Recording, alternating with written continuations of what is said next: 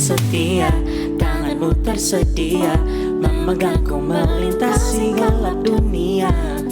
Apapun keadaan, hati dan perasaan tak membatasi kuasamu di dalamku. Kasihmu kepadaku menerima apa adanya. Dalam kelemahanku, kuasa Tuhan jadi sempurna. Ku kan selalu kembali padamu, yang ku perlu hanyalah kau Tuhan. Cintaku membuatku mengerti siapa aku yang sebenarnya. Ku kan selalu kembali padamu, yang ku perlu hanyalah kau Tuhan. Cintamu membuatku mengerti siapa aku yang sebenarnya.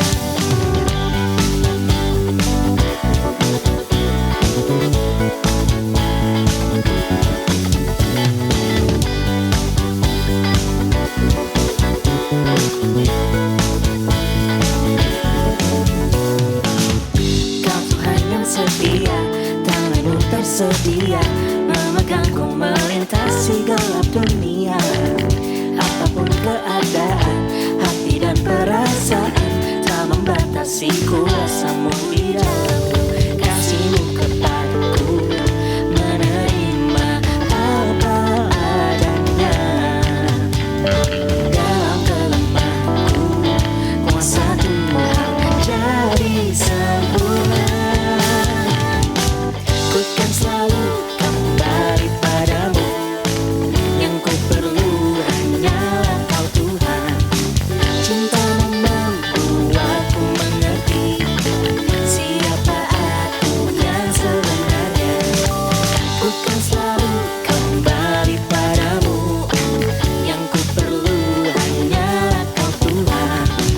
Cintamu membuatku mengerti siapa aku yang sebenarnya.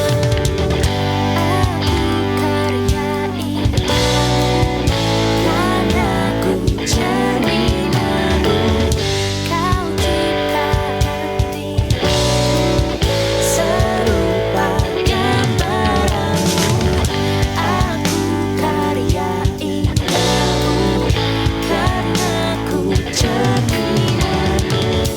Kau ciptakan diriku serupa gambaranmu. Ku kan selalu kembali padamu, yang ku perlu hanyalah kau Tuhan. Cintamu membuatku mengerti siapa aku yang sebenarnya. Ku kan selalu kembali padamu, yang ku perlu hanyalah kau Tuhan. Cintamu membuatku mengerti siapa aku yang sebenarnya.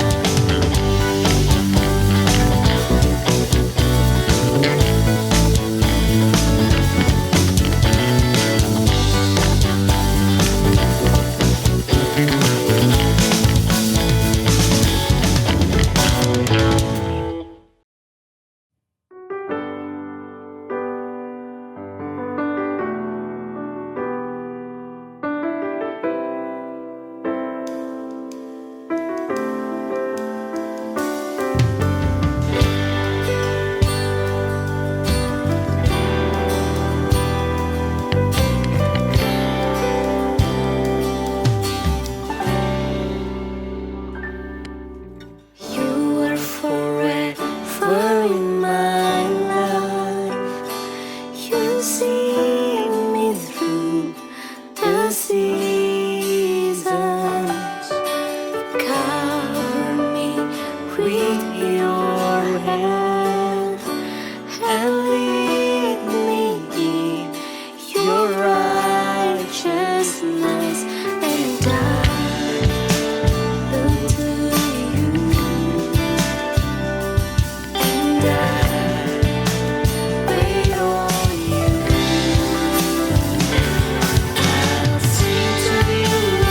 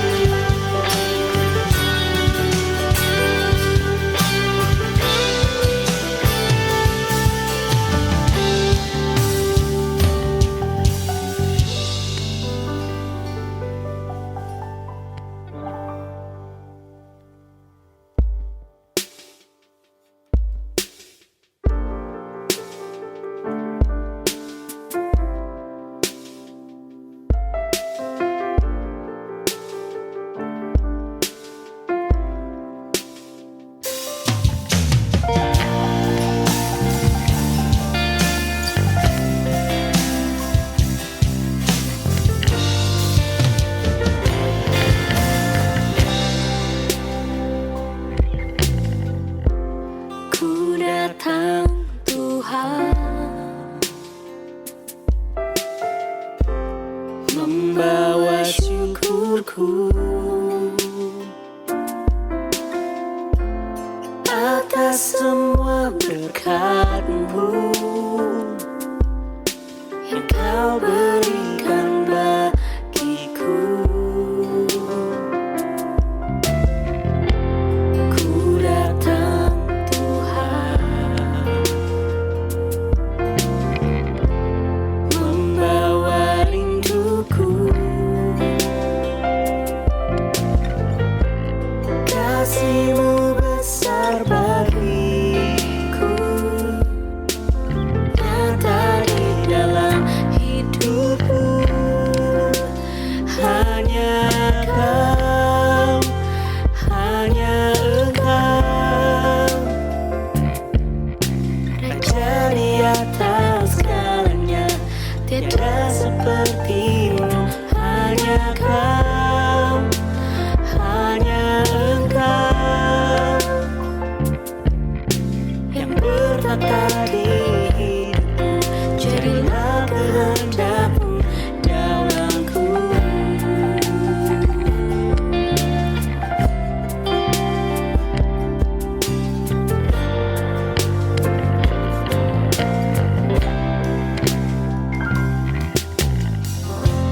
Ku datang Tuhan, membawa rinduku. Kasih-Mu besar bagiku,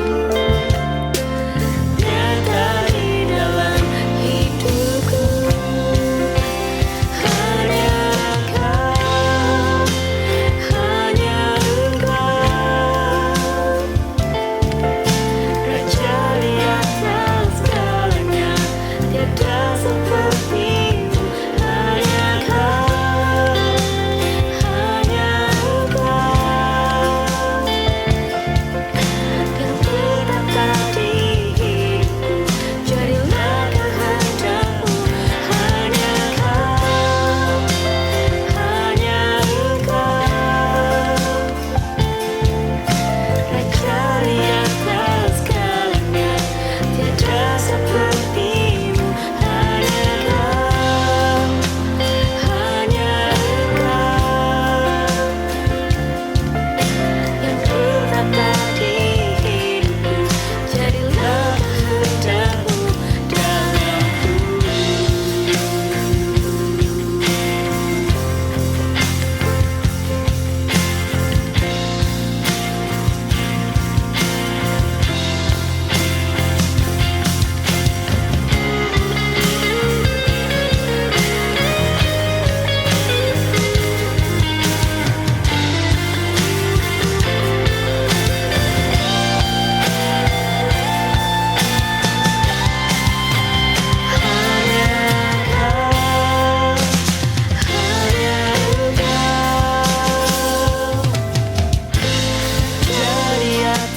segalanya, tiada seperti-Mu. Hanya Kau, hanya Engkau, yang bertata di hidupku. Jadilah kehendak-Mu dalamku.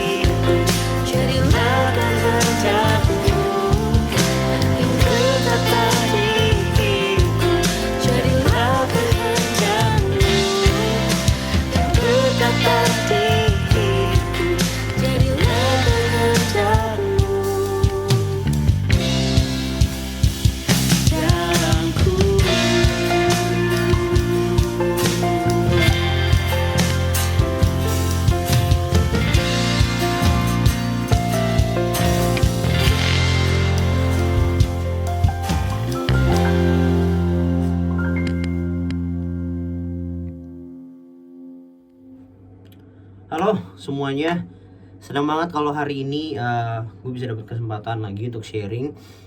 Walaupun kita masih harus dengan cara yang berbeda ya, kita masih belum bisa ketemu secara langsung, even udah 2021. Dan gue percaya di tahun 2021 ini kalian punya banyak harapan yang baru, punya komitmen baru ya, membuat resolusi yang baru pastinya. Dan yang gue harapkan juga, harapan kita semua tuh sama, yaitu satu doang sih, hidup kita makin berkenan di hadapan Tuhan. Gak ada yang lain lagi gitu, kecuali selain kita makin berkenan di hadapan Tuhan. Nah, sebelum gue masuk ngobrolin tentang sharing tentang satu hal tentang kasih ya, karena ini bulan cinta, bulan penuh kasih kalau kata orang ya. Kita berdoa dulu supaya kita bisa menerima apa yang mau diomongin sama Tuhan. Yuk kita berdoa.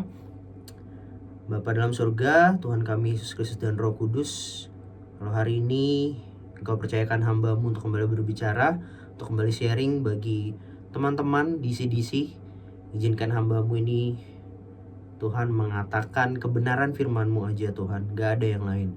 Dan bukakan hati setiap kami yang mendengarkan Tuhan, supaya kami boleh makin diubahkan lewat firman-Mu ini. Terima kasih Tuhan, kami siap mendengarkan. Amin. So, untuk mulai sharing di hari ini, gue pengen ngajak kalian semua ya, untuk buka satu ayat ya, bukan satu ayat sih, tapi satu cerita, satu story, dimana story yang udah sering kita dengar sebenarnya dari zaman sekolah minggu ya, yaitu tentang manusia yang jatuh dalam dosa, atau lebih tepatnya Adam dan Hawa, manusia pertama ya, Adam dan Hawa ketika mereka jatuh dalam dosa. Kita buka Alkitab kita atau mungkin aplikasi handphone kita ya, di Kejadian 3 ayat 14 sampai 19 ya, di Kejadian 3 ayat 14 sampai 19 teman-teman. Nah, di Kejadian 3 ini adalah, kalau kita baca dari perikopnya aja nih udah jelas banget nih, udah menjelaskan hal yang akan kita tahu ya dari tentang kejatuhan manusia dalam dosa. Ya, gue gak akan cerita lagi tentang gimana Adam dan Hawa bisa tergoda sama iblis. Gue yakin kalian semua udah sangat jelas sama udah tahu ya tentang cerita ini. Dan gue juga gak akan ngomongin tentang apakah pohon di situ pohon yang benar atau bukan, atau itu cuma sebuah metafora gitu. Gue gak akan ngomongin itu, tapi gue mau ngomongin hal yang menarik, hal yang perlu kita tahu, hal yang perlu kita pahami. Ketika manusia jatuh dalam dosa, apa sih respon Allah pada saat itu? Ya, kita tahu kan kalau resikonya pada saat itu Allah udah ngomong ke Adam, dan harusnya Adam juga udah kasih tahu Hawa. Ya, udah pasti sih ya, kalau ketika mereka makan buah pengetahuan baik dan jahat, mereka akan mati. Dan ya kita tahu ya, manusia akhirnya punya batas umur dan mereka bisa mati. Ingat ya, mati di sini bukan berarti artinya ketika Adam dan Hawa pada saat itu makan terus blek mati, bukan. Tapi mati di sini adalah sebuah keadaan terpisah dari Allah ya, atau mereka akan udah nggak bisa hidup kekal lagi. Padahal sebenarnya Allah menciptakan manusia itu untuk bisa hidup kekal, tapi karena mereka jatuh dalam dosa, itulah kenapa manusia udah nggak bisa lagi hidup kekal. Nah, resikonya manusia akan mati gitu. Ada batas umurnya lah di bumi ini. Nah, kita perhatiin nih teman-teman di di Kejadian 3, kita mulai dari ayat yang ke-15 ya. Hari ini gue akan banyak ngajak kalian untuk buka Alkitab kita, buka aplikasi Alkitab kita ya, karena gue sangat percaya kalau firman Tuhan ya cuma dari Alkitab, sumbernya nggak dari mana-mana. Boleh kita baca buku rohani, boleh kita dengerin banyak pengkhotbah, tapi ingat sumber Alkitab adalah sumber satu-satunya kebenaran ya. Jadi kita buka di Kejadian 3 dimulai dari ayat yang 15 ya. Kalian baca, gue juga sambil bacain ya. Ini yang ngomong adalah Allah pada saat itu. Yang pertama Allah ngomong kepada ular ya. Ini kita mulai dari 14 ya, Kejadian 3 ayat 14. Lalu berfirmanlah Tuhan Allah kepada ular itu, karena engkau berbuat demikian, berbuat demikian adalah ketika ular menggoda Hawa untuk makan buah pengetahuan yang baik dan jahat ya. Terkutuklah engkau di antara segala ternak dan di antara segala binatang hutan. Dengan perutmu lah engkau akan menjalar dan debu tanahlah akan kau makan seumur hidupmu. Oke, kita tahan dulu di ayat 14 itu ya. Ada satu kalimat yang dibilang sama Allah pada saat itu, dibilang karena engkau, yaitu kalimat ini diucapkan kepada si ular ini, karena engkau berbuat demikian, terkutuklah engkau wahai ular ya, di antara segala ternak dan di antara segala binatang hutan. Nah, satu hal yang kita harus pahamin gini teman-teman. Ketika Allah sadar atau ketika Allah tahu manusia merusak kepercayaan yang Allah kasih, ketika manusia melakukan kesalahan, melakukan dosa, ya berbuat dosa, jatuh ke dalam dosa, justru yang menarik di sini adalah tindakan Allah bukan langsung mengarah kepada si Adam dan Hawa. Walaupun kita tahu, nanti kita baca lagi ya di ayat 15 dan selanjutnya, walaupun kita tahu Adam dan Hawa atau si laki-laki dan perempuan ini dapat hukuman juga, ada konsekuensi yang mereka harus hadapi gitu. Tapi justru yang pertama kali dicatat di Kejadian 3 ini di ayat 14-nya dibilang Allah mengutuk ular ini. Allah mengutuk ular ya. Ya, kalau kita sering belajar, kita sering baca kitab Kejadian, ular ini kan adalah sosok iblis yang menggoda manusia ya. Digambarkan seperti iblis yang menggoda manusia. Nah, Allah bilang terkutuklah kamu ya, wahai si si iblis ini di ayat 14-nya. Jadi yang pertama kali respon Allah justru bukan memarahi manusia atau bukan bukan memberikan hukuman langsung. Ya walaupun nanti ada hukumannya ya, tapi Tuhan justru ngomong ke si ular dulu. Nah, kalau kita mundur sedikit, justru respon Allah ke manusia pada saat manusia jatuh dalam dosa, justru Allah justru malah nanya ke Hawa gitu. Tahu dari mana kalau kalau buah ini ketika lu kalau lu tuh bisa telanjang gitu. Nah, justru respon Allah justru nanya, kalian tahu dari mana kalau kalian sekarang telanjang gitu. Karena tadinya mereka sama sekali nggak tahu teman-teman kalau mereka diciptakan atau hidup di zaman Taman Eden itu dalam kondisi telanjang tanpa pakaian. Mereka nggak tahu, tapi karena mereka makan buah itu, mereka terbuka gitu dibilang. Mata mereka terbuka dan mereka sadar telanjang, lalu mereka malu dan mereka mengambil daun, dikatakan di Kejadian 3 ini ya. Nanti gue harap baca lagi Kejadian 3 ini dari ayat 1. Nah, lalu setelah itu justru respon Tuhan itu tuh. Respon Allah adalah nanya ke Hawa, nanya ke Adam, kalian tahu kalian telanjang dari mana gitu. Oh, barulah Allah di situ sadar, oh ternyata mereka makan buah itu. Dan ternyata yang pertama kali yang Tuhan salahkan justru bukan manusia, tapi si ular ini. Alkitab yang bilang, Allah yang bilang di Kejadian 3 tadi ayat 4, dimulai dari 14, terkutuklah engkau ular. Lalu di ayat 15 lagi dibilang lagi, kalau suatu saat nanti akan ada keturunan seorang perempuan yang meremukkan kepala ular ini, dan ular ini akan meremukkan kaki keturunan si perempuan ini. Nah, gue gak akan bahas, ini perlu dibahas sebenarnya lebih lanjut lagi, siapa sih keturunan perempuan, terus kenapa dibilang perempuan, dan meremukkan kepala ular tuh gimana. Nah, nanti mungkin one day kalau kita punya kesempatan waktu yang lebih, gue akan coba jelaskan itu. Tapi intinya adalah ini ngomongin soal ketika Allah tahu manusia jatuh dalam dosa dan itu diakibatkan oleh godaan si ular, Allah langsung punya plan. Plannya apa? Plannya adalah suatu saat nanti akan ada keturunan yang akan mengalahkan si ular atau mengalahkan iblis, meremukkan kepala gitu ya.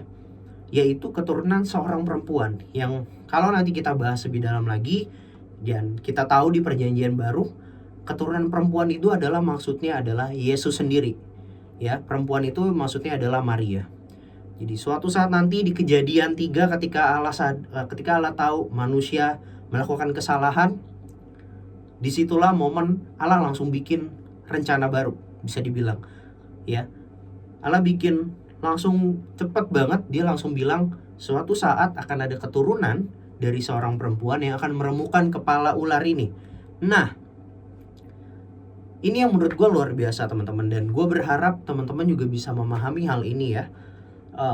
Ketika manusia jatuh dalam dosa, respon Allah marah, Allah kecewa pasti, ya, Allah bersedih, ya. Dan kita tahu di ayat-ayat selanjutnya juga Allah memberikan konsekuensi kepada Hawa dan Adam. Konsekuensinya Hawa, konsekuensi seorang perempuan adalah salah satunya ketika dia melahirkan, dia akan mengalami kesakitan, dia akan mengalami kesusahan.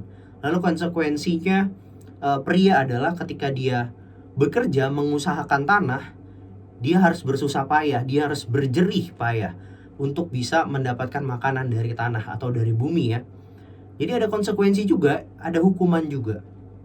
Tapi Tuhan kita bukan cuma Tuhan yang memberikan hukuman, tapi Tuhan kita juga Tuhan yang memberikan pengampunan, memberikan kasih.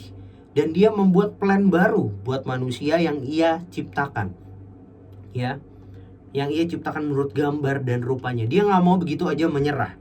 Pasti di pikiran kita ada banyak pertanyaan. Dan beberapa kali ada beberapa teman-teman dari remaja yang juga tanya ke gua, tanya ke beberapa teman-teman yang lain, kok kenapa manusia gak dimusnahin aja sih waktu itu? Ngapain Tuhan repot-repot bikin plan baru lagi? Kenapa dia gak langsung udah habisin aja Adam dan Hawa, lalu setelah itu Tuhan mungkin membuat ciptaan lain? Tapi ternyata Tuhan tidak semudah itu tuh untuk melakukan hal itu. Kenapa? Karena hakikat Allah kita, hakikat Tuhan kita itu kasih, teman-teman. Kalau kita baca di Perjanjian Baru, dikatakan di situ Allah adalah kasih. Allah adalah kasih, teman-teman. Di dalam Injil dikatakan Allah adalah kasih. Jadi hakikatnya Allah dari dulu, dari sebelum dunia dijadikan adalah kasih. Kita sedikit maju sedikit ke Perjanjian Baru. Kita buka di Efesus 1 ayat 4, teman-teman. Ini salah satu ayat, gue bisa bilang ini ayat favorit gue. Tapi gue pengen ajak teman-teman untuk buka ini di versi King James Version, ya. Di Alkitab versi King James, ya. Di Efesus 1 ayat 4 di versi King James dibilang, according as he had chosen us in him before the foundation of the world, that we should be holy and without blame before him in love. Kalau di translate bahasa Indonesia itu dibilang jauh dari sebelum dunia dijadikan, atau di sini ada kata before the foundation of the world. Sebelum dunia ini ada pondasinya, sebelum Allah menciptakan bumi ini, Tuhan sudah memberikan atau Tuhan sudah memilih kita supaya kita jadi kudus, tanpa cacat, tanpa celah, ya, di dalam kasih. Di situ ada kata di dalam kasih, teman-teman. Jadi dari jauh dari sebelum dunia ini jadi, jagat raya ini ada, Allah sudah memberikan kita sebuah pemilihan, ya. Tuhan udah milih kita, bisa dibilang. Tuhan udah create di dalam pikirannya kalau akan ada satu creation, akan ada salah satu ciptaan, yaitu manusia, ya, yang akan menjadi kudus tanpa cacat celah di dalam kasih. Nah, gue mau fokus kita semua ada kata di dalam kasih. Jadi jauh sebelum dunia ini ada, Tuhan udah mikirin kita, teman-teman, udah ngeset kita di pikirannya dan di dalam kasihnya, teman-teman. Jadi inilah kenapa dibilang hakikat Allah adalah kasih, karena Allah adalah kasih. Dan jauh sebelum manusia diciptakan, bahkan jauh sebelum dunia jagat raya ini diciptakan, Allah udah mikirin kita, udah ngedesain kita di pikirannya di dalam kasihnya. Nah, kita balik lagi ya ke cerita kejadian tadi, kejadian 3 ketika Adam dan Hawa. Jadi ketika Adam dan Hawa jatuh dalam dosa, Tuhan gak bisa langsung gak bisa langsung matiin manusia. Ya, dia punya hak karena dia pencipta kita. Tapi ingat, dia punya satu hakikat yang gak bisa dilanggar, yaitu hakikat dia adalah kasih, teman-teman. Karena hakikat dia adalah kasih. Jadi ketika manusia jatuh dalam dosa, yang dia lakukan adalah dia menunjukkan kasihnya. Dan yang kerennya lagi, kasihnya Tuhan itu bukan soal feeling, bukan soal perasaan doang. Sama kayak lu misalnya suka cowok, suka cewek gitu ya, itu awalnya karena feeling. Tapi kalau Tuhan, itu langsung dengan tindakan. Buktinya apa ya? Buktinya tadi, Allah langsung ngedesain satu rencana baru, yaitu kalau suatu saat akan ada yang mengalahkan si iblis ini, yang gak akan melakukan kesalahan yang sama seperti Adam dan Hawa. Dan itu udah kejadian, yaitu Yesus yang mengalahkan iblis. Ya, nanti dibaca lagi teman-teman di Kejadian 3 ayat 14, atau dimulai dari ayat 1, ya. supaya kita sama-sama belajar. Tapi di situ jelas dikatakan Allah mengutuk si ular. Dan ini yang menarik teman-teman, dan harus kita pahamin. Seharusnya yang menerima resiko atau yang menerima hukuman yang berat adalah kita manusia, atau Adam dan Hawa pada saat itu. Tuhan bisa aja mengutuk manusia, tapi ini yang menarik. Di Alkitab dibilang yang dikutuk adalah ular. Dan kalau kita lanjut ke bawahnya lagi, ada satu lagi yang dikutuk, yaitu tanah. Kenapa tanah dikutuk? Tanah dikutuk supaya apa? Supaya hasil dari tanah ini sulit, atau buah dari, kan kalau buah itu atau tanaman dari tanah ya. Nah, supaya manusia tetap ada konsekuensinya, tanah ini yang dikutuk. Manusianya nggak dikutuk teman-teman. Dikasih hukuman, yes, jelas dikasih hukuman. Tapi justru Tuhan di sini ngasih lihat begitu besarnya kasih Dia teman-teman. Sampai ketika manusia jatuh dalam dosa, Tuhan nggak langsung tiba-tiba langsung musnahin manusia, no, nggak. Dia justru menunjukkan kasihnya, menunjukkan tindakan cintanya kepada manusia dengan membuat rencana untuk menyelamatkan kita. Dan itu jelas udah terjadi ya, ketika 2000 tahun yang lalu ada satu pribadi yang namanya Yesus Kristus menyelamatkan umat manusia lewat salib. Jadi ini yang harus kita pahamin di awal pembahasan kita. Dan dari tadi gue belum kasih tahu ya judul ini apa, tapi nanti di terakhir gue akan kasih tahu judul atau tema dari pembahasan ini apa. So, kita lanjut dari Kejadian 3 ini. Gue pengen kita sama-sama ya, gue ingat ya seperti yang tadi gue bilang, kalau kita akan banyak banget belajar tentang Alkitab. Maksud gue kita akan banyak buka Alkitab ya. Nah, tapi gue iniin lagi ya, ini itu kan baru satu story, satu kisah di mana ketika manusia berdosa, Allah tetap menunjukkan kasihnya. Ada story-story lain yang makin menekankan kalau Allah kita ini Allah yang penuh kasih. Allah kita Allah yang adil, Allah yang fair. Ketika kita bikin salah, pasti ada hukumannya, pasti ada konsekuensi yang harus kita terima. Tapi ingat, hakikat Allah juga adalah kasih. Contohnya, ketika Kain membunuh Habel, ketika Kain cemburu karena persembahannya Habel yang diterima, Allah nggak langsung tiba-tiba membunuh Kain. Ya, justru malah di Alkitab pada saat itu dibilang justru Kain ini justru malah dilindungi gitu. Keturunan Kain juga dilindungi sama Tuhan gitu. Jadi kayak Tuhan tetap punya rencana teman-teman buat seseorang yang mungkin udah failure, udah gagal gitu. Udah gagal untuk memenuhi panggilan Tuhan, udah gagal untuk melakukan kehendak Tuhan. Ya. Lalu ada cerita lain lagi di zaman Nuh, di zaman Nabi Nuh. Ya. Di situ dikatakan Allah itu sampai menyesal kepada kelakuan manusia. Nanti kalian bisa baca cerita Nabi Nuh lagi. Ya, harus baca menurut gua. Di situ dikatakan Allah sudah sangat menyesal dengan kehidupan manusia. Tapi dilihat ada satu orang yang hidupnya bergaul. Alkitab bilang Nuh ini dan keluarganya bergaul dengan Allah. That's why kenapa keluarga ini dipilih untuk membuat bahtera Nuh dan menyelamatkan the next generation, generasi selanjutnya yang nanti akan menjadi Israel juga teman-teman. Nabi Nuh, istrinya, anak-anaknya, dan mantunya. Mereka dilindungi Tuhan, mereka diminta sama Tuhan, dan mereka pun juga melakukan itu, membuat bahtera Nuh. Walaupun ketika membuat bahtera Nuh ini banyak orang yang mencemooh Nuh, karena pada saat itu ketika Nuh membuat bahtera Nuh dibilang aneh. Ngapain lu buat bahtera Nuh, orang nggak ada apa-apa gitu. Tapi Nuh udah kasih tahu kalau suatu saat akan ada terjadi bencana besar, yaitu bencana air bah. Tapi Nuh tetap melakukan perintah Tuhan untuk membuat bahtera dan menyiapkan sekat-sekat, dikasih sekat-sekat bangunan-bangunan supaya setiap pasang hewan binatang bisa masuk ke bahtera itu. Dan kasih Allah benar-benar nunjukin di sini. Ada banyak cerita lain lagi teman-teman.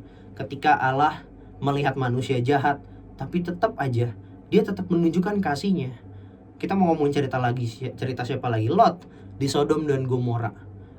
Allah juga begitu kesal dengan dua tempat ini ya, Sodom dan Gomora gitu. Tapi Allah mengirimkan malaikatnya untuk nyampein ke Lot dan keluarganya pada saat itu kalau Sodom dan Gomora ini akan dihukum oleh Allah. Dan akhirnya untungnya Lot nurut, walaupun istrinya menoleh ke belakang dan jadi tiang garam. Tapi di sini Allah tetap menunjukin kasihnya, teman-teman. Di balik kita yang istilahnya manusia kepala batu gitu ya, karena kita punya sinful nature, punya human nature, kita ini udah full of sins gitu, udah penuh dengan dosa itu udah nempel banget sama kita. Tapi anugerah Allah, kasih Allah itu jauh lebih besar. Dia tetap nunjukin kasihnya, dan di sini menggambarkan, dan bukan hanya kisah di perjanjian lama ya, ada kisah-kisah di perjanjian baru yang kita juga tahu gimana Allah menunjukkan begitu besar kasih Dia buat manusia. Di perjanjian baru lebih jelas lagi bahkan, ya kan?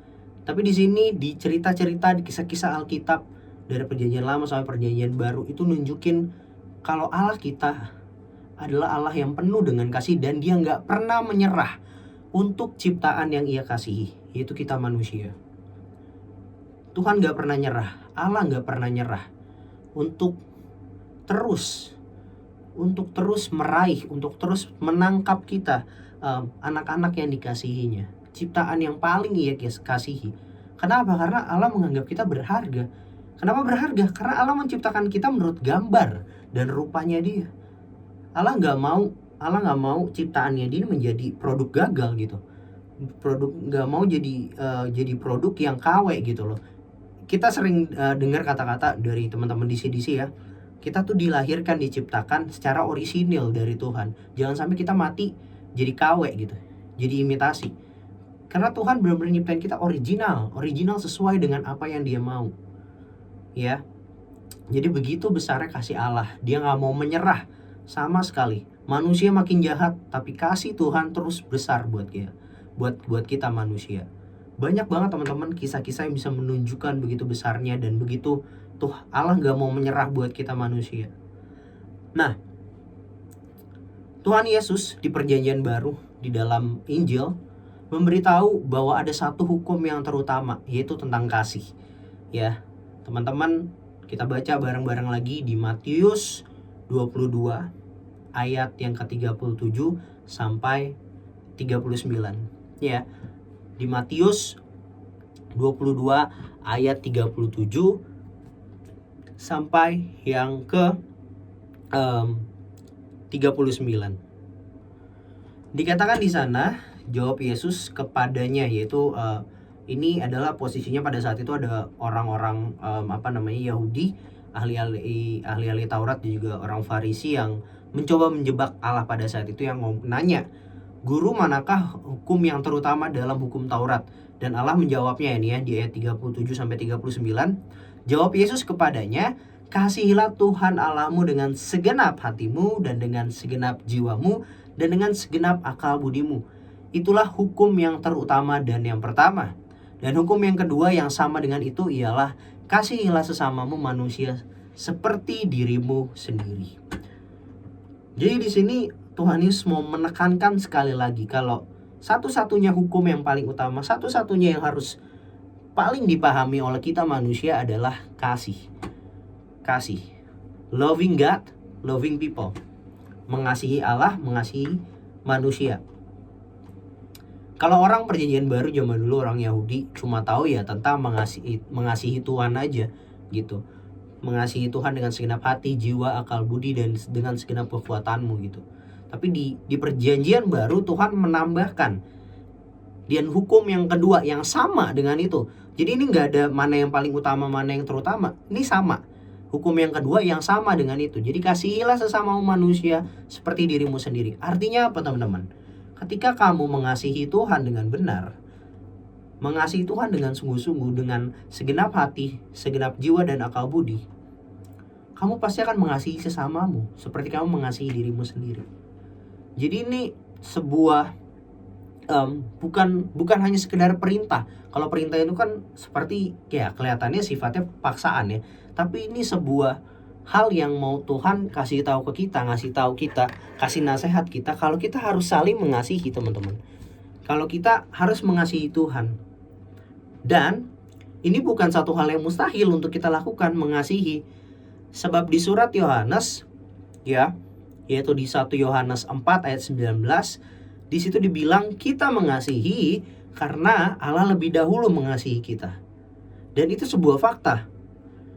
Jadi Di situ dikatakan kita mengasihi, kita bisa mengasihi. Kenapa? Karena Allah mengasihi kita terlebih dahulu. Loh, Allah lebih dulu mengasihi kita. Mana kok? Tadi gue diceritain teman-teman, yang gue bilang dari cerita Adam dan Hawa jatuh dalam dosa, dari cerita Nabi Nuh yang manusia di situ sangat jahat, cerita Lot, apalagi cerita bangsa Israel. Banyak banget cerita-cerita yang menunjukkan manusia udah begitu jahatnya terhadap Tuhan, terhadap sesamanya bahkan, tapi Allah tetap menunjukkan kasih-Nya. Karena Allah benar-benar mengasihi kita, dan karena hakikat Allah adalah kasih, dan karena Allah adalah kasih itu sendiri teman-teman. Dan satu hal lagi yang gue mau ulang, tadi gue udah sempet ngomong, ketika Allah mengasihi kita, kasih Allah itu gak pernah habis, dan dia gak pernah menyerah sama sekali. Sekalipun dia gak pernah nyerah. Sekalipun pada saat di zaman Nabi Nuh tadi gue sempat bilang ya, nanti kalian buka lagi, Allah sampai berkata dia menyesal dengan apa yang diperbuat oleh manusia, apa yang diperbuat oleh ciptaannya ini. Dia menyesal, dia pernah menyesal. Tapi bukan berarti kasih Allah hilang. No, kasih Allah tetap ada. Allah tetap menjadi kasih. That's why dia terus berusaha, dia gak menyerah, Allah gak menyerah. Bahkan ketika Tuhan Yesus datang ke dunia, ketika dia datang ke dunia ini, dia gak menyerah sama sekali sampai dia mati di kayu salib. Ya. Jadi ketika Allah ngomong tentang kasihilah sesamamu, itu bukan sebuah perintah lagi, bukan sebuah keharusan teman-teman. Itu natur kita. Natur kita adalah kasih. Ya, itu fakta teman-teman. Gue tadi juga udah sempat ngomong kisah-kisah dari perjanjian lama dan perjanjian baru. Banyak hal yang Tuhan buat untuk menunjukkan kasih-Nya dia, yang tanpa menyerah. Sekalipun dia gak pernah menyerah, sedikit pun Tuhan gak pernah nyerah. Ingat, Allah adalah kasih itu sendiri. Jadi hakikat dia gak akan pernah berubah tuh teman-teman. Dari dulu, sekarang, sampai selama-lamanya, Alfa dan Omega, Allah kita adalah kasih.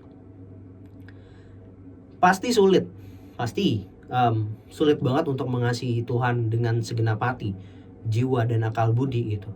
Dengan cara yang tepat, dengan cara yang benar. Sangat sulit teman-teman untuk mengasihi Tuhan. Kenapa? Karena dosa yang udah benar-benar nempel di kita. Dosa yang udah benar-benar sulit banget untuk kita lepasin teman-teman. Dan itu udah jadi natur, udah jadi kodrat kita. Kodrat kita salah satunya dari dosa. Nah, tapi satu hal yang harus kita tahu teman-teman, Allah kita, Tuhan kita, tanpa pernah menyerah mengalahkan dosa yang kita buat. Ya, ini gue ulang ya. Allah kita, Tuhan kita, tanpa pernah menyerah mengalahkan dosa atau menanggung dosa yang kita perbuat, yang padahal manusia yang buat, dengan kasih-Nya dia di dalam pengorbanannya di kayu salib. Lihat teman-teman, Allah hakikatnya adalah kasih, dan dia gak pernah nyerah buat nyelamatin, buat ngerangkul kita lagi, buat meraih kita lagi, buat meluk kita lagi dan bilang, ayo nak, jangan menyerah. Kamu jatuh dalam dosa, yuk bangkit lagi. Ya, yuk kita bikin salah, yuk berubah lagi. Kita semua berjuang sama-sama teman-teman untuk terus belajar mengasihi Tuhan. Tuhan kita Tuhan yang gak bisa diraguin sama sekali. Dan kasih-Nya gak akan berubah. Kasih-Nya gak akan sama sekali berubah. Gak akan berkurang, gak akan bertambah. Kasih-Nya tetap sama gitu. Kasih-Nya tetap sama. Tapi justru kita, ketika kita baca Alkitab, ketika kita berdoa, ketika kita saat teduh, ketika kita ngelawan kesenangan sendiri, itu artinya kasih kita kepada Tuhan makin bertambah. Jadi yuk belajar teman-teman untuk terus berjuang mengasihi Tuhan. Karena kita diciptain segambar serupa. Atau bisa dibilang kita itu miniaturnya Allah teman-teman. Atau bahkan bukan miniatur lagi, kita benar-benar sama diciptakan, serupa, segambar gitu loh. Which is artinya apa yang ada pada diri Allah, yaitu kasih, itu pasti juga ada dalam diri kita. So, teman-teman, di hari ini gue mau ingetin kita semua, dan ini juga mengingatkan diri gue teman-teman. Dosa sulit untuk kita kalahkan, tapi bisa kita kalahkan dengan apa? Dengan kasih. Kenapa? Karena Allah mengalahkan dosa, Allah mengalahkan maut dengan kasih-Nya. So kita juga bisa mengalahkan maut, mengalahkan keinginan daging kita dengan kasih Tuhan. Ketika Tuhan ngomong kasihilah sesamamu manusia, dan kasihilah Tuhan Allahmu dengan segenap hati, jiwa, dan akal budi. Lalu selanjutnya Tuhan ngomong kasihilah sesamamu manusia seperti dirimu sendiri. Kata kasih di situ sama teman-teman kualitasnya, yaitu agape. Jadi ketika kita mengasihi Allah kita agapeo pada Tuhan kita, artinya kita juga mengasihi sesama kita. Kualitas kasihnya sama. Kalau kita pernah belajar di sekolah minggu, kasih itu banyak ya. Ada agape, ada storge, ada eros, dan ada lagi gitu, ada beberapa lagi. Tapi di situ di ayat itu bahasa Yunaninya ya, Perjanjian Baru dengan bahasa Yunani itu sama kata kasihnya agapeo. Jadi ketika kita mengasihi Tuhan, kualitas kita mengasihi Tuhan dengan kualitas kita mengasihi sesama itu sama. Pasti sama. Kenapa? Karena Allah sendiri yang menaruh kasih itu dalam diri kita. Jadi yuk kita belajar untuk mengasihi Tuhan kita dan pastinya sesama kita.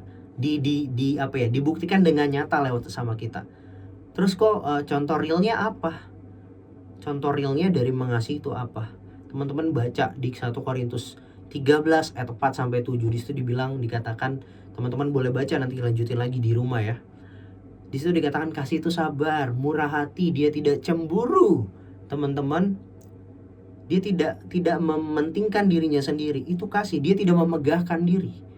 Jadi contoh realnya apa? Ya sabar. Contoh realnya apa lagi? Dia murah hati, full of compassion gitu. Murah hati.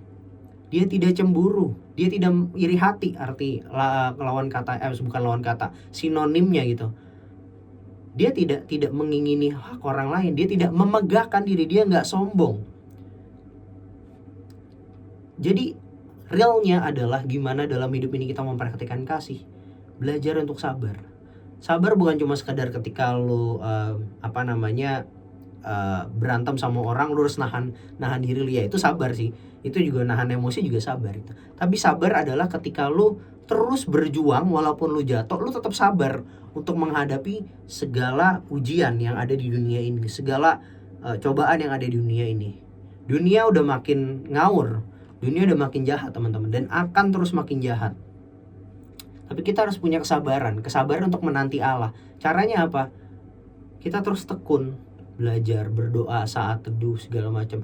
Itu semua kita lakukan teman-teman, supaya kita makin mengasihi Tuhan. Kita berdoa bukan supaya cuma sekedar Tuhan dengerin kita. Kita saat teduh bukan cuma sekedar supaya Tuhan mau dengerin apa yang kita mau, atau Tuhan cuma supaya Tuhan tuh senang di kuping, bukan. Tapi ketika kita berusaha melakukan itu artinya kita sedang berjuang, berusaha untuk terus mengasihi Dia. Kasih kita terus bertambah buat Tuhan. Kasih kita terus bertambah. Ingat ya, kasih Tuhan gak pernah berubah sama sekali buat kita. Dulu, sekarang, selama-lamanya Dia tetap kasih. Dia tetap mengasihi kita dengan sangat luar biasa teman-teman. So, teman-teman, hari ini kita belajar, yuk kita berjuang ya untuk menerima cintanya, menerima cinta Tuhan yang udah Dia berikan, dan kita mengembalikan cintanya, mengembalikan kasihnya itu melalui orang lain. Love God, love people. Love God, love people. Ya, yuk kita terima cinta Tuhan tadi yang udah Tuhan berikan di kayu salib, dan kita mengembalikan lagi cinta itu melalui orang lain, melalui orang sekitar kita. Yuk jangan menyerah untuk terus mengasihi Tuhan, because love won't give up. Itu aja teman-teman yang mau gue bagiin. Semoga kita terus makin bertumbuh untuk mengasihi Tuhan. Bukan suatu hal yang gampang, tapi ingat, love won't give up. Kita ketemu lagi di lain waktu. Tuhan Yesus memberkati kita semua.